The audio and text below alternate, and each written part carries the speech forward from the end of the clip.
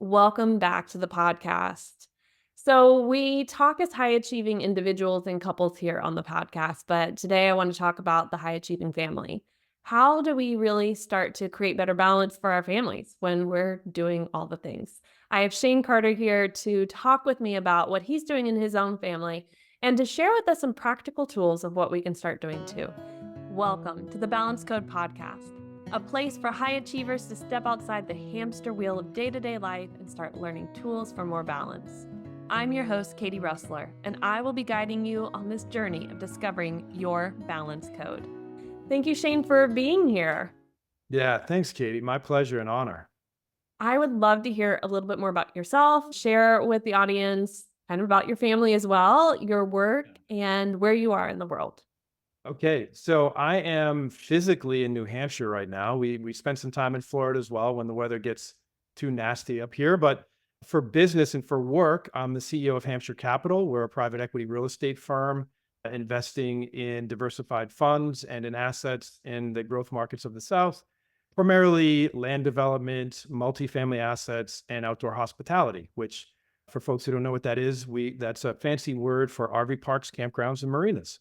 And so we have a lot of fun in business and really enjoy that. I am blessed to have a beautiful wife and three amazing children. An older son, Rory, who's 15, my middle son, who is 6, and my baby girl, who's 3 years old. Excellent. And I'm going to point out, because you shared it with me, and a lot of the listeners are the same way, you're in a bicultural marriage.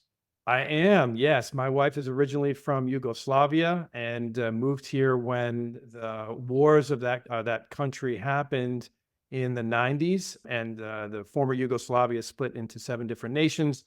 And her folks are from Serbia and Bosnia, and then they had to go to Croatia and eventually came here to the US. So that might come into our discussion today too, just because, as you know, I'm in a bicultural relationship as well. And it creates some interesting dynamics, bringing in different cultural ways of handling family, life, and work ethic, and all of that. Let's get started with, in your point of view, how would you describe the high achieving family, just from your perspective, so we know where we're starting from? Yeah. So from my perspective, I'm a big believer of this sort of phrase that I picked up actually from Tony Horton years and years ago, which is that it's not work-life balance, it's work-life integration. And so, sorry, I said Tony Horton, I meant Tony Robbins. My bad. But yeah, that concept of integrating a holistic view of your life and in terms of high performing is really how that's the plateau and that's the place that I come from is how can I be super efficient and high performing in business and with my relationships, which are really the most important thing in life. So we go out and we make all this money and we go to work and we feel fulfilled. But the purpose of all of that, I've realized, is really just to have more time or freedom of time. And what do I want to do with most of that time is spend it with my family, my dear loved ones that I care so much for. So how do I do that really well from both perspectives? And that's been my focus and where I energetically come from on a daily basis. Mhm. So when you think about some of the things your family has to put into place because of your work and your partner's work and knowing that it's about that integration, what are some practical tools you could talk to us about that you guys have started integrating? So one of the practical tools, I mean, to start with, I love the concept of, and unfortunately we had veered from this in prior things because life gets busy and kids are messy, especially when they're young and they're difficult. But ensuring that we have a family meal and we all sit around the table together and we all share that time together. And the number one thing in our family that we do is we go around the table as we're eating and we start with usually the youngest and go by age. So I get to go last. But we say, what was your favorite thing about today? And we talk about that. And so we get to share and we all comment and we share in what was the most beautiful thing or most important thing or most amazing thing that happened in everyone's life. And that form of connection I find to be irreplaceable. And I know that this is something that my children are going to pass on because it's indelled in their memories now that this is just what you do and this is how you have family time. Beyond that, I've become very segmented and focused in my business life. in terms of time blocking and being extremely hyper efficient with what I do and how I do it. Right. In other words, email, I just can't stand. I rarely go on it. If I do, it's for very focused amounts of time. And I have my 3 rules of do, delete, delegate. And so that I'm through my emails very quickly, and then that's over. I essentially do the same thing with my family in terms of time blocking, where I have dedicated specific time that is one on one with my wife, of course, right? Not just random date nights here and there, but focused one on one time where we can really connect, talk deeply, understand each other, and have that focused time where there are no distractions, there are no children, there's nothing else going on, there's just us. And I do that with each child so that it's not just me coming home from work and spending time with the family as a group, because I have these disparate ages. I have a 15-year-old and I have a 3-year-old. So my one-on-one time with my 15-year-old is that he has decided that he wants to go to the gym and work out. And so he's my gym buddy now. And so we have focused one-on-one time where we go work out together and spend that one-on-one time.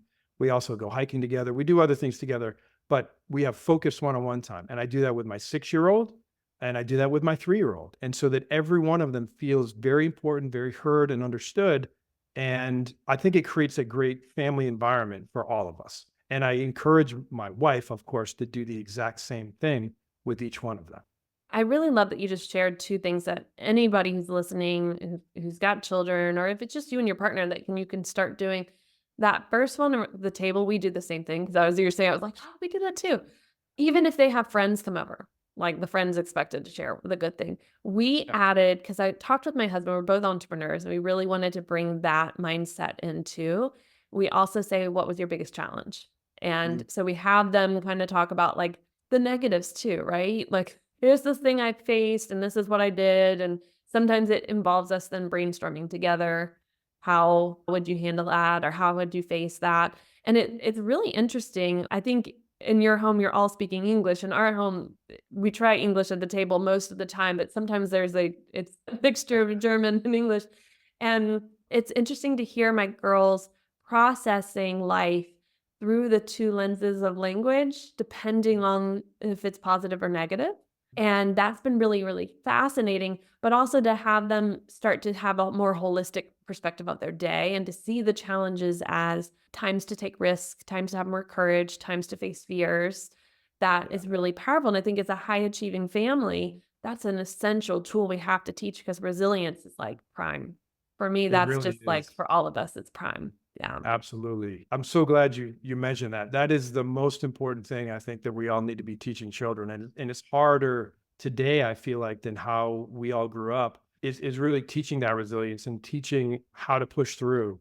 But first, my approach is generally just to be there with them and not to try to solve and not to try to coach and advise, but just to sit in the moment and let them process emotions. Because I also feel like that is something that we in Western cultures don't do well, is that we don't allow everyone time to just feel the emotions, just sit with it and just sit in it. And as men, we always try to solve things and come up with solutions because we know immediately our minds go to, oh, okay, well, if that bad thing happened, you should do this. But I've learned how to just quiet that voice in my head that's telling me to say that and just be there and be present and be with them and feel what they're feeling.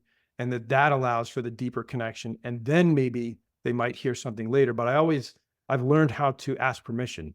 Would it be all right if I shared an example of something that happened to me? And could I offer you maybe a word of advice on that? And I get them to say yes first before I offer that. The invitation, waiting Yes. for the Invitation. invitation. That's huge. I also love that you mentioned the time blocking, because when I think of time blocking, I think exactly like you said, work, being efficient, but how valuable. I think there's so many skills in business we can bring into our family life to make it not run better, but to be even more engaged. And that right there is one of them. Time blocking, the time Yeah. you have for each family member. And in our situations, when you're a family of 5, both of us have that time, and then also for yourself. Like, you mentioned them, but I was like, "What about where's your time?" Yeah. Oh, Blocking it's in that time there. for Yeah. yourself. You can't function, and the relationship can't build if you don't make that time. How do you handle the hiccups, right? The sick days, the business travel, the kid who doesn't wanna spend the time in that moment, like, how do you handle those situations? Well, I'm still always in a process of learning and getting better. So it's a constant process of improvement for me. And so, how I've learned how to handle them better and better as the years have gone by is by, first of all, like to take one of your examples, if it's a sick child day, first of all, I have a superhuman wife. So that helps, right? Because she's amazing and she's so efficient and good at doing everything that it blows my mind most days. So that's super helpful. So if I need to go on a business trip for 3 days, obviously lots of advanced planning and warning and sort of getting her in the right mindset that she's going to have to pick up slack a bit because dad's going to be gone.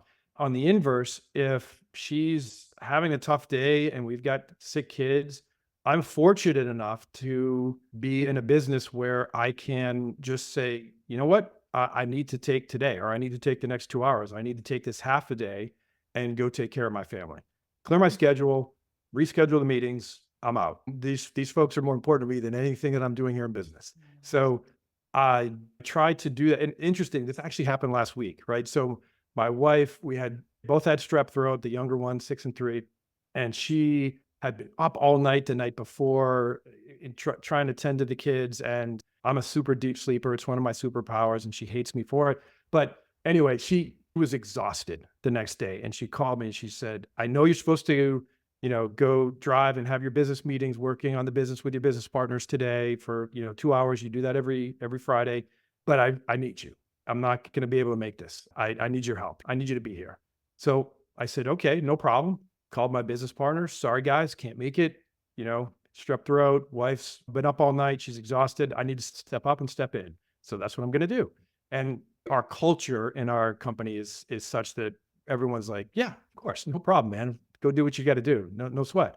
But I get there and she had rallied and she was good, but I had showed up and I had offered to make sure that she was 100% okay. And that was enough for her to say, okay, you know what? Go ahead. I know what you need to do is important today. I've actually got this now, but thank you for coming here and thank you for showing up, but I'm going to be okay. I'll see you this afternoon. And so that was a real world example of that just happened. And sometimes it's just the proof of I'm willing to drop everything and be there. Hey there, I wanted to take a moment to interrupt this interview to share with you a resource I have for you. Do you find that you and your partner struggle to set goals together? No, I'm not talking about cleaning out the garage or finally filing taxes, but to actually set goals about your relationship. Well, I have the couples goal setting workbook just for you and your partner to help you start getting more focused on building your relationship rather than getting the to-do list items off of your household task. So check down in the show notes for the couples goal setting workbook and make sure you take some time out in the coming weeks to use it and start to build a stronger relationship together through setting goals that you're both excited about.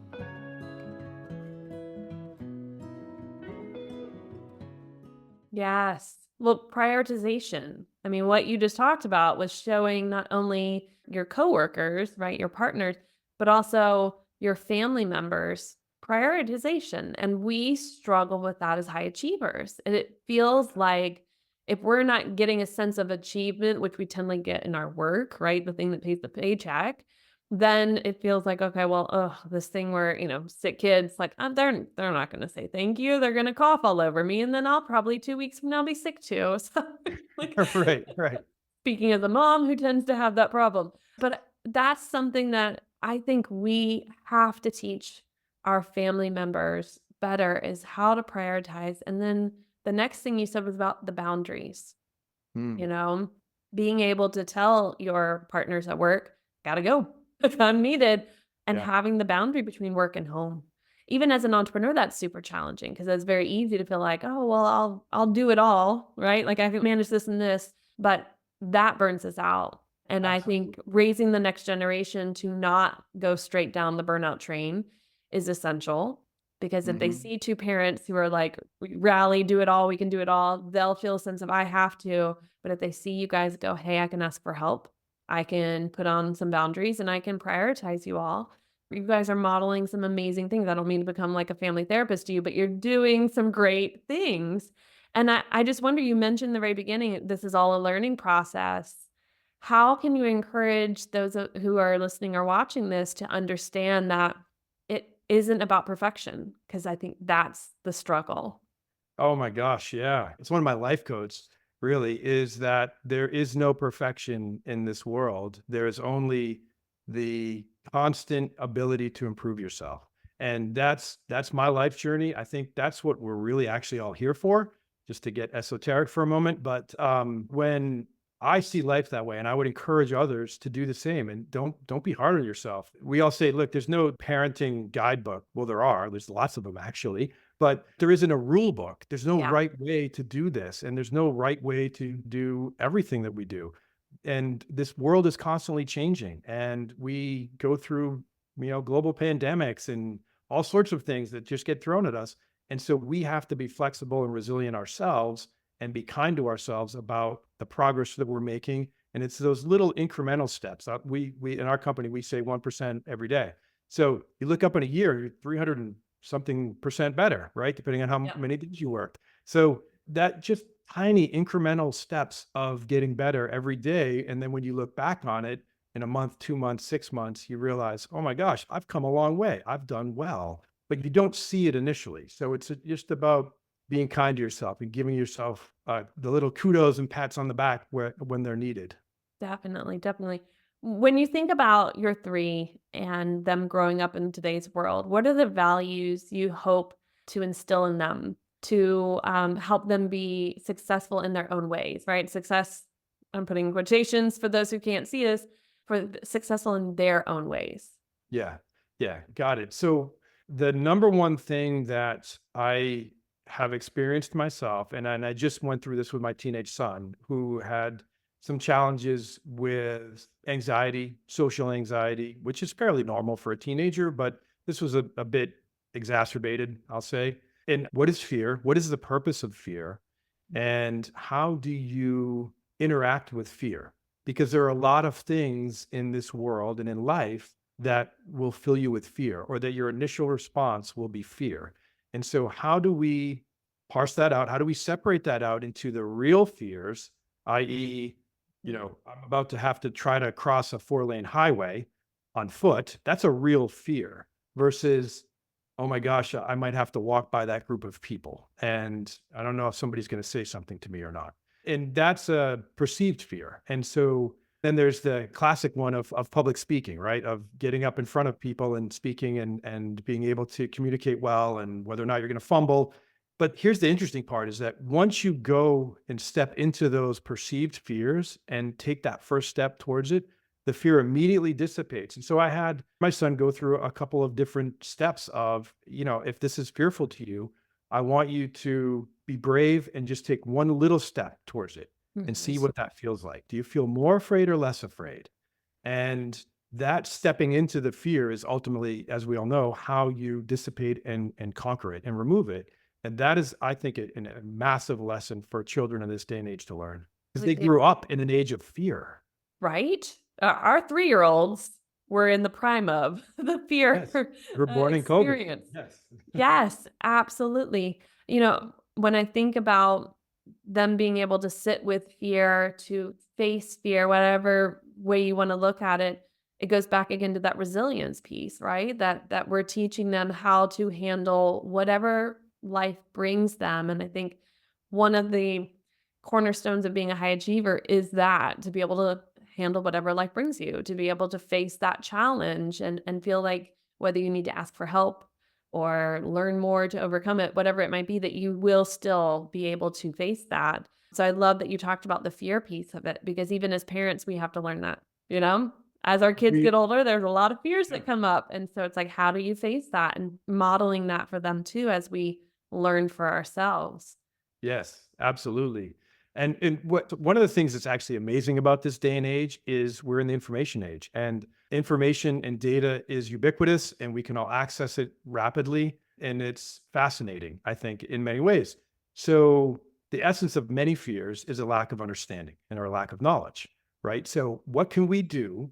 And so this was the tool I taught him. What can you do, son, to give yourself the knowledge or understanding about this fear that you have that helps you understand it better so that you're less fearful of it? And that, again, I tried to be broad because I could see the applicability of this to many different phases of life whether he's in his 20s, 30s, 40s, 50s, and onward, that lesson is still there for all of us.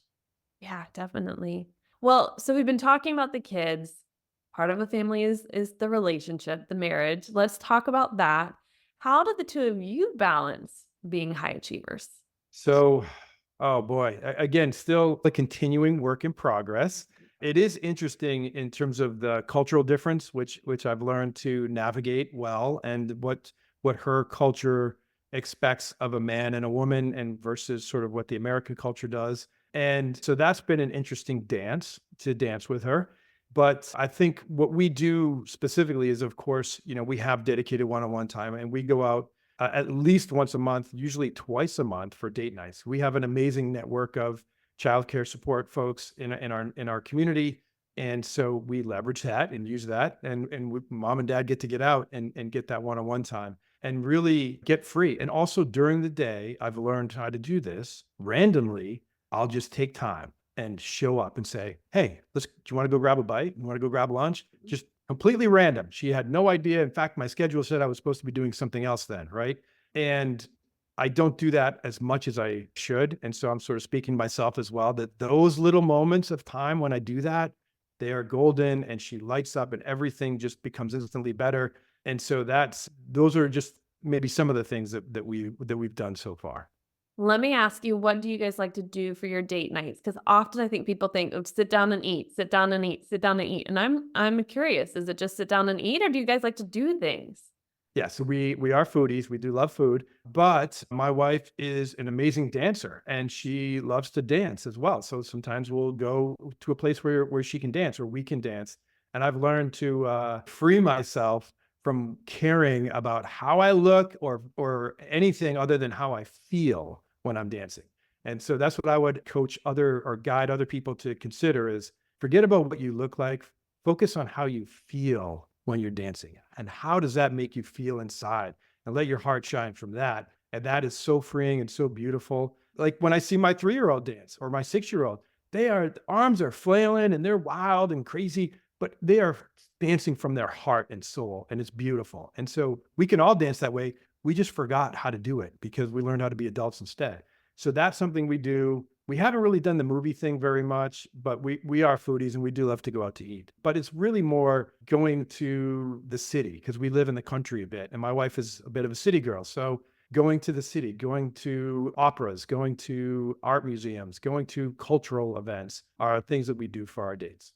I love that you shared those last ones because I think, again, often we think date night, especially we're exhausted, been working so hard all day. People just think go sit down and eat together, and we forget to be creative with that time. We need those creative outlets. And much of what you've shared in your process of growth is about creativity, being creative in how you talk with your son about things, being creative in how you plan your schedule, or showing up randomly, spontaneously for a creative date. These things are important, but when we're stressed, we can't go there. So good that you shared a few ideas for people to think like, oh, museums, okay, opera, yeah, this would be great. It doesn't have to sit down, eat, talk about the Talk kids and about the kids. yeah, right.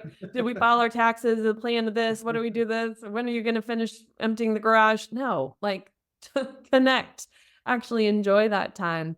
Well, before we wrap up, is there anything left that you'd like to really share with our listeners about really helping to raise a high achieving family? I would say that everything that we talked about, obviously, but to add, one of the things that I've been focused on in the last year or so is really how to be a heart forward leader. And I think that's a prevalent concept these days, but applying that to your family life. And it seems like a given that you would do that. But I think for a lot of us men anyway, it's easier said than done. And so how do you show up in a heart forward manner with your family and with your loved ones? And what does that even mean? You may need to go decide that for yourself and figure that out. But for me, it means, like I discussed, quieting that little voice inside my head that wants to help everyone and being in their space with them the way they want to be, and not trying to control or change that in any way. That's been an important thing for me to learn.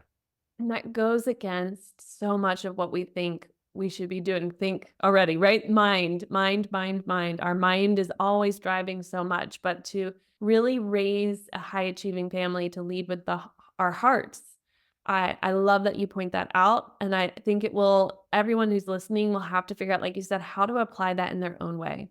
What does Yeah. that look like?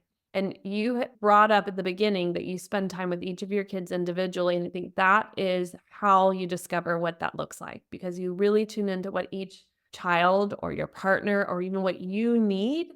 That isn't what your mind tells you that you're supposed to do. You should. Right. And that's essential. So Shane, thank you so much for everything you shared, for sharing your personal stories and your experiences. And I know that the listeners are going like, okay, yeah, I need to look at this time blocking. I need to really look at my priorities, how to shift them. You're a great model for us in doing those things. If people want to connect with you after this episode and to learn more from you and to talk with you about your business, how can they do so? So yeah, and first, thanks so much for having me on, Katie. I've really enjoyed this. I really appreciate it. So yeah, people can connect with me on Facebook, LinkedIn, Shane Carter NH, our website, hampshirecap.com, hampshirecap.com. Happy to meet folks and chat with them and see if there's any way we can help. Excellent. And dear listener, here's to finding our balance code. Thank you for listening to today's episode. I hope you enjoyed it. Take a moment to leave a rating and a review on your favorite podcast platform. That helps other listeners just like you to find this podcast too. Want to connect and learn how we can work together? Check out the links in the show notes below. Discovering your balance code doesn't have to be a one-person journey. You can have a team, and I'd love to support you. So here's to finding our balance code.